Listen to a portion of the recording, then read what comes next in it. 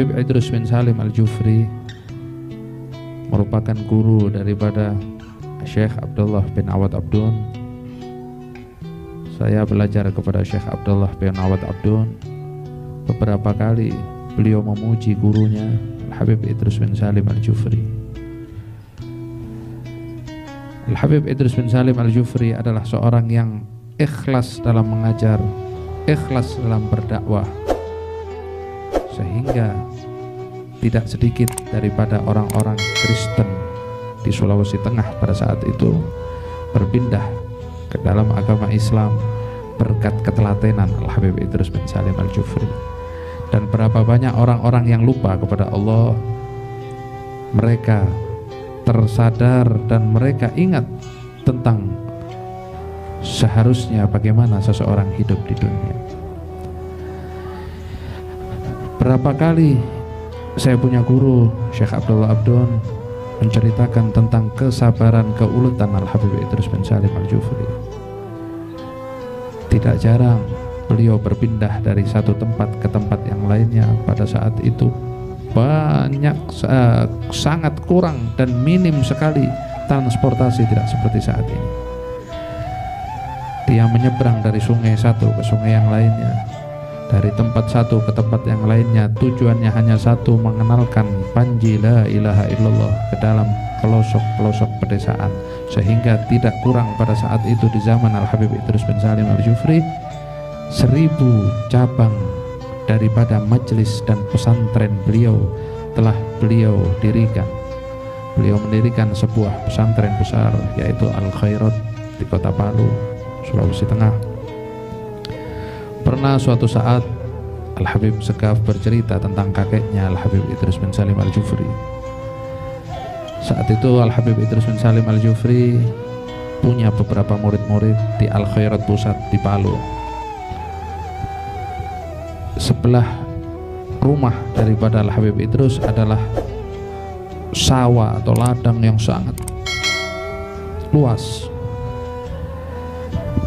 Zaman kita di pesantren zaman dulu, kita kalau makan pakai piring dari seng, kadang dari talam dari plastik atau piring dari seng.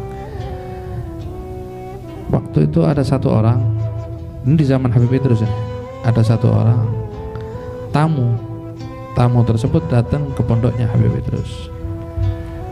Dia melewati perkebunan atau sawah ini tadi.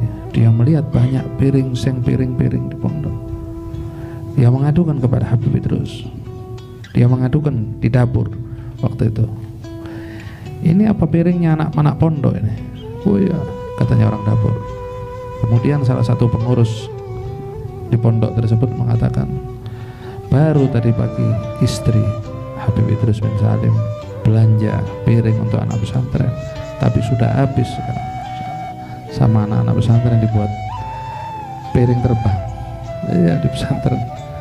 Akhirnya si fulan ini tadi, orang ini tadi lapor ke Habib Idrus. Habib, ini kalau caranya begini, mending anak-anak ini nakal-nakal, Habib. Piring orang dapur baru belanja sekarang sudah habis, mending anak-anak ini dipulangkan, dikeluarkan. Buat apa miara anak nakal?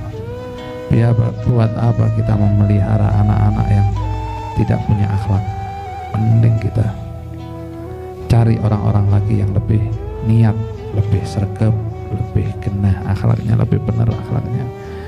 Kemudian Habib Idrus dengan sabar dan lemah lembutnya beliau mengatakan, seandainya di antara ratusan anak ini hanya satu saja yang bisa jadi, yang bisa berakhlak, yang bisa menjadi orang baik, yang berubah jadi dari akhlak yang tidak baik menjadi baik, sudah merupakan keberuntungan buat saya, dan besok di hari akhirat merupakan saksi di hadapan Allah bahwa saya pernah merubah dan mendidik satu orang manusia, satu orang hamba Allah, satu orang umat Muhammad menjadi kehidupannya dari yang buruk menjadi yang lebih baik. Inilah dakwah, inilah sebuah dakwah yang diajarkan oleh orang-orang soleh sebelum kita.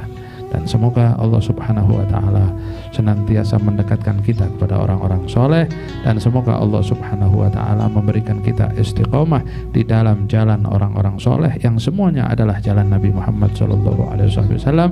Amin ya rabbal